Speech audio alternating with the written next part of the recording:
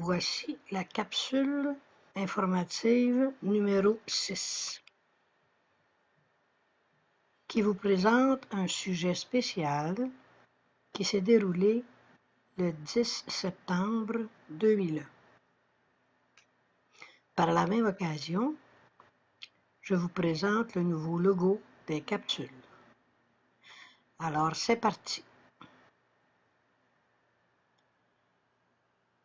Tout en parcourant l'un de mes objectifs, qui était de vous offrir la version audio de ma biographie, qui tout dernièrement a été lancée en promo. Si vous êtes intéressé, veuillez me contacter, s'il vous plaît. Il m'est apparu, lorsque j'ai parcouru mes livres, que je ne faisais pas mention d'une expérimentation qui m'a été très enrichissante. J'ai pensé vous la partager en primeur à travers mes capsules informatives. Soyez assurés que si d'autres expériences pertinentes me reviennent, je vous les partagerai. Surveillez donc les capsules, elles vous informeront sur des expériences de vie qui m'ont été salutaires pour vous aider à comprendre les vôtres. Pour vous situer, je me dois de revenir en arrière de quelques années.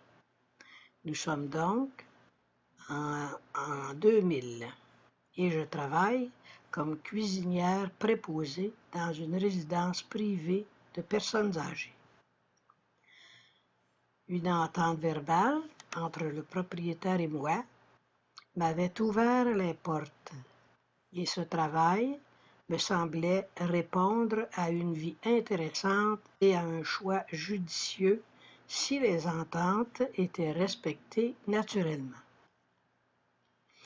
Alors que les semaines passaient et que je commençais à me sentir à l'aise, je réalisais que le propriétaire qui s'était engagé à trouver une personne pouvant faire le travail une fin de semaine sur deux tel que je le faisais, manquait à sa responsabilité en négligeant de faire les recherches nécessaires.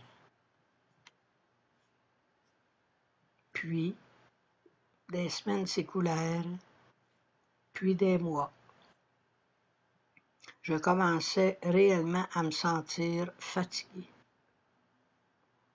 Ma santé commençait à donner des signes que je refusais de voir par contre, à cause de l'engrenage dans lequel j'étais prise. Finalement, après le 3e mois, une personne fut engagée.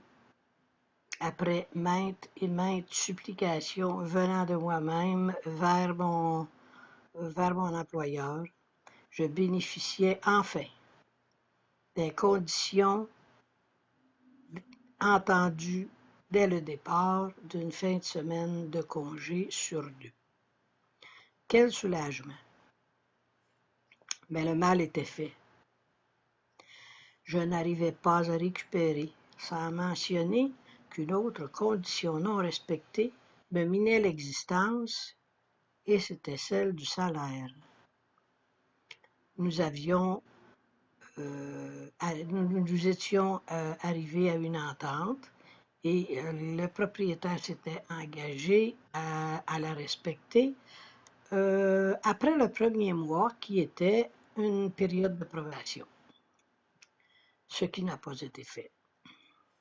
En résumé, j'ai été exploitée à cet endroit comme je ne l'avais jamais été sur tout le parcours de mes expériences de travail.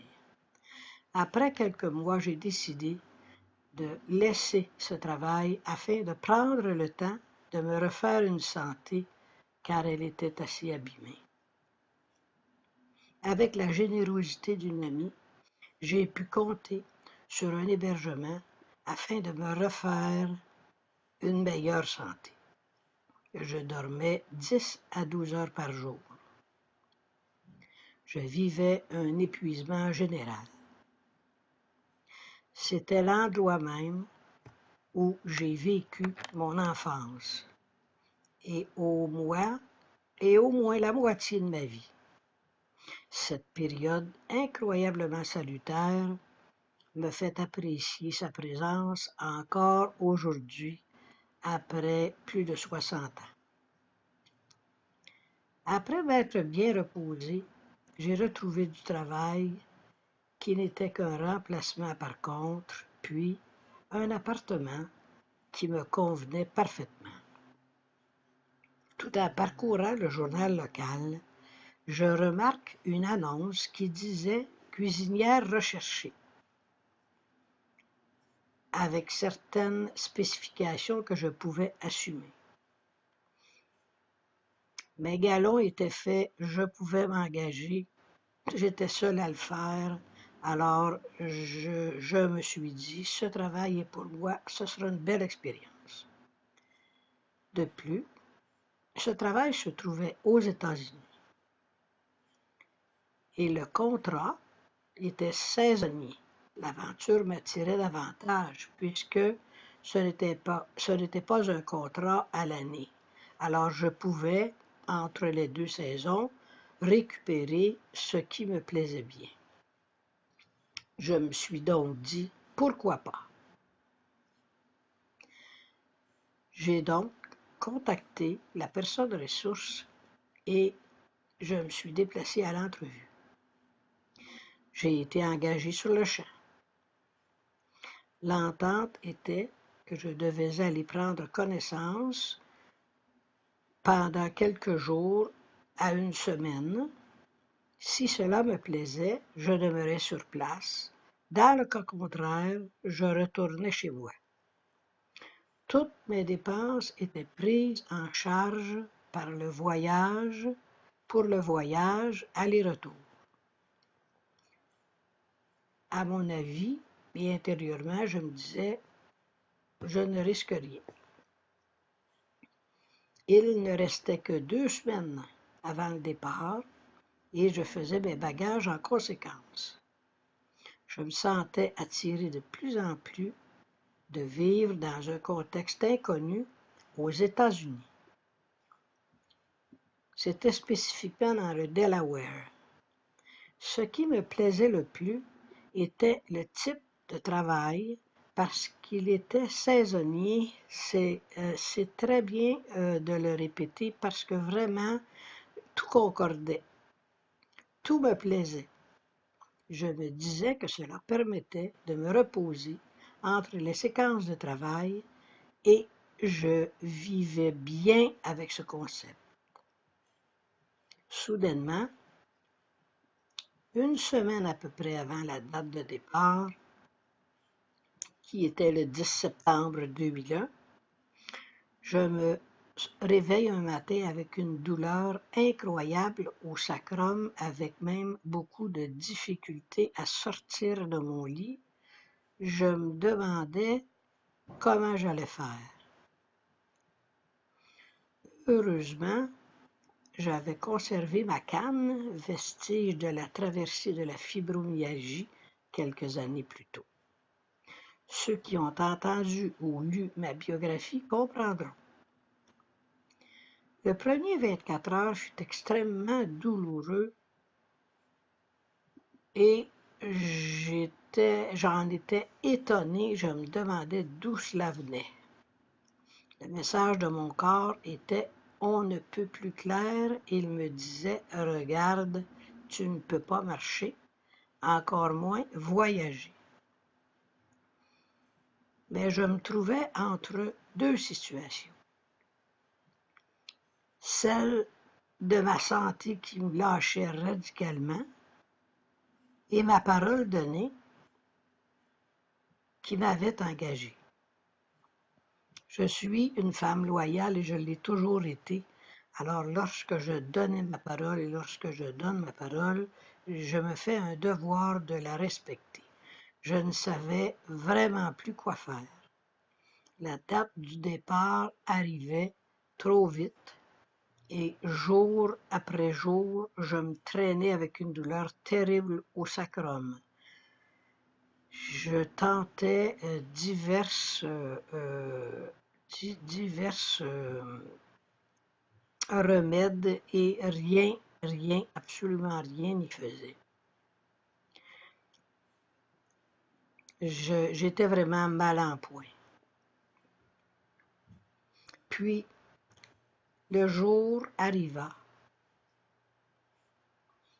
le fameux 10 septembre 2001.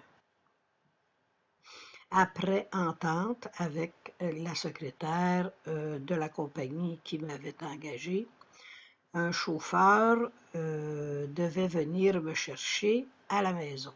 Alors, ce qui est arrivé, il est arrivé chez moi, il était accompagné d'un jeune homme qui, tout comme moi, avait accepté un petit contrat saisonnier et nous prenions la route.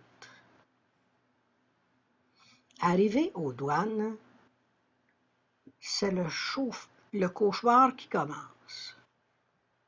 Après avoir vérifié nos passeports, on nous demande d'abord d'entrer dans une salle où nous étions séparés les uns des autres, chacun de notre côté. Je n'y comprenais rien. Ce n'était pas la première fois pourtant que je traversais aux douanes américaines, mais jamais je n'ai eu de retard ou de restriction. J'étais perdu, vraiment perdu. Pendant que le chauffeur passe un genre d'interrogatoire, en tout cas, c'est ce que je me disais, je réfléchissais et je me demandais si je n'ai rien à me reprocher. Il doit y avoir quelque chose qui cloche avec le chauffeur, peut-être. Sachant très peu de choses sur cet homme, excepté qu'il a déjà travaillé pour le même employeur, la même compagnie, je me posais 1000 questions. Je savais vraiment le minimum. Je savais que je devais être prise chez moi, amenée à traverser les douanes et amenée directement à la compagnie, chez l'employeur qui m'avait engagé. Je réfléchissais donc à essayer de comprendre ce qui se passait. Aucune réponse ne me vient à l'esprit. Puis, une femme s'approche de moi, une douanière s'approche de moi et me dit « C'est votre tour, madame », en anglais. Je suis donc convoquée dans un petit bureau. J'entre et je m'assois après avoir été invitée. Et heureusement, j'informe la personne que je ne suis pas bilingue. Une autre personne se joint à nous et l'interrogatoire commence en français. On me demande mon nom, mon adresse, mon numéro de téléphone et on vérifie mon passeport en même temps que je fournis les réponses. Ils me demandent pourquoi je veux venir aux États-Unis. Je leur explique le contexte et le pourquoi. Ensuite, ils me demandent si je connais la personne qui m'a engagé. Je réponds par la négative parce que je ne l'ai jamais vraiment rencontré. J'ai toujours fait affaire avec sa secrétaire qui était responsable d'engager le personnel et qui avait été très gentille avec moi lorsque j'avais passé l'entrevue. L'attitude sérieuse des douaniers me turlupinait et je me demandais qu'est-ce qui se passe pour que je sois questionnée de la sorte.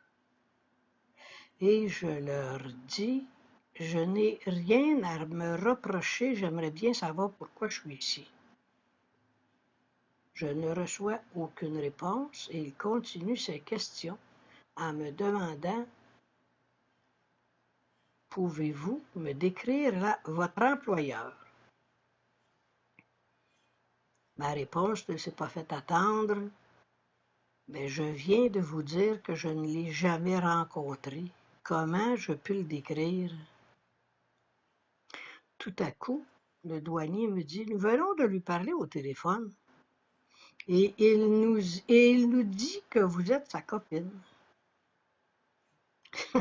Je bondis de mon siège, insulté, et je lui dis, alors demandez-lui qu'il me décrive. Il récidive avec sa question, vous êtes sûr que vous ne l'avez jamais vue et vous affirmez que vous n'êtes pas sa copine.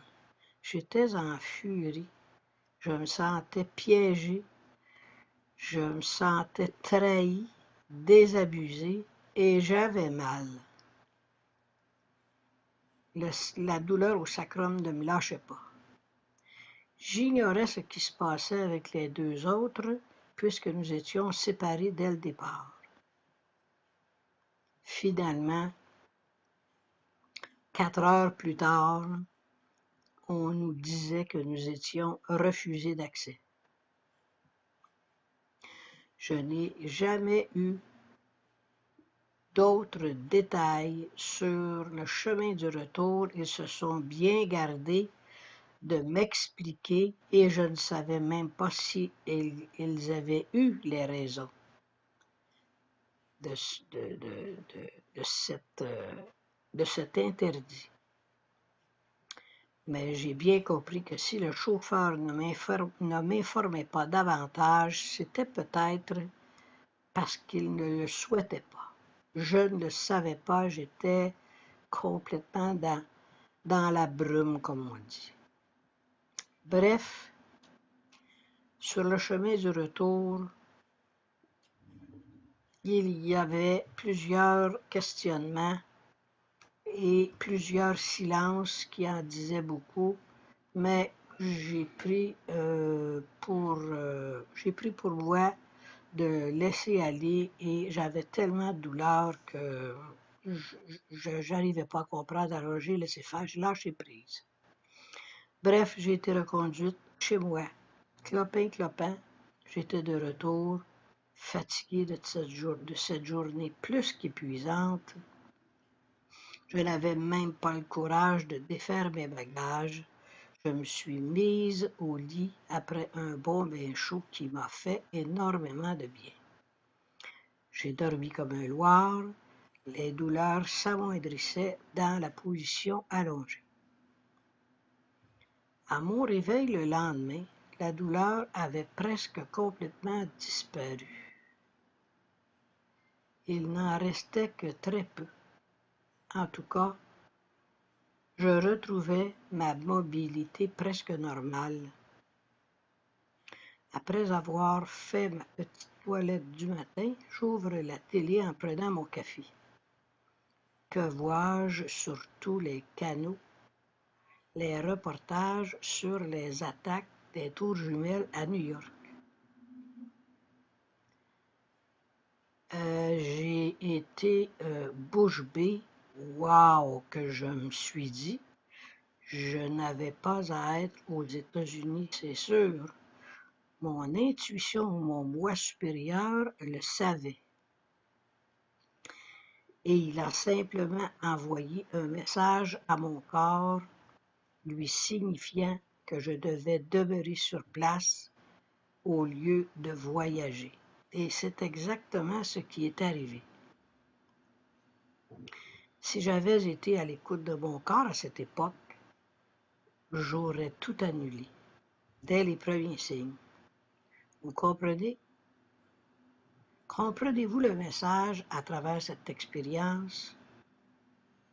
C'est une des expériences les plus marquantes de ma vie et cela m'a ouvert les yeux depuis, me permettant d'éviter des expériences qui ne m'étaient pas destinées. J'espère que cette capsule vous sera utile,